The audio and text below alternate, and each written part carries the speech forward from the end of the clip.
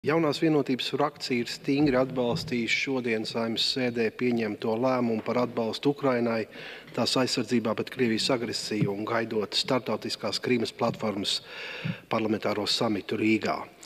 Taiskaitā mēs esam stingri atbalstījuši šajā lēmumā ietverto aicinājumu sabiedrotos apgādāt Ukrainai ar ieročiem, tostarp vidējās un tālās darbības raķetēm, kas ļautu Ukrainai tos izmantot pēc saviem ieskatiem, tā skaitā izmantot bez ierobežojumiem arī pret Krievijas teritorijā esošiem leģitīmiem militāriem mērķiem.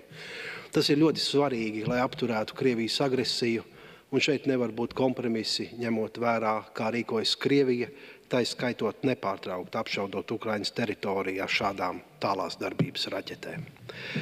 Šodien, protams, bija īpašs notikums. Saeimā savu ceļu uzsāka jaunais 2025. gada valsts budžets, valsts budžeta likums, kā arī 31 pavadošais likumprojekts. Pēc debatēm tie tika nodot izskatīšanai Saeimas komisijām turpmākam darbam.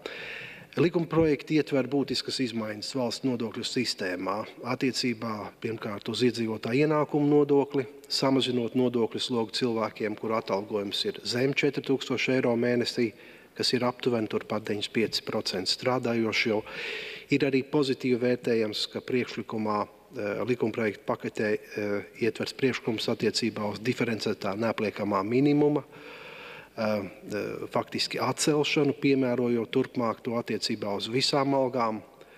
Tāpat priekšlikums par budžetu ietver neapliekamā minimuma pieaugumu no 510 eiro 25. gadā līdz 570 eiro 27. gadā. Un šeit ir īpaši jāuzsver, ka neapliekamais minimums tieši pensionāriem tiks dubultots no 500 eiro, kāds tas ir šobrīd, līdz 1000 eiro jau nākamajā gadā. Pozitīvi ir arī tas, ka budžets paredz pakāpenisku minimālās algas pieaugumu no 740 eiro 25. gadā līdz 860 eiro 28. gadā. Ceļš budžeta pieņemšanai ir uzsākts, būs debatas Saeimā, būs debatas komisijā. Faktiski Saeima ir apņēmusies budžetu pieņemt līdz decembra sākumam. Paldies!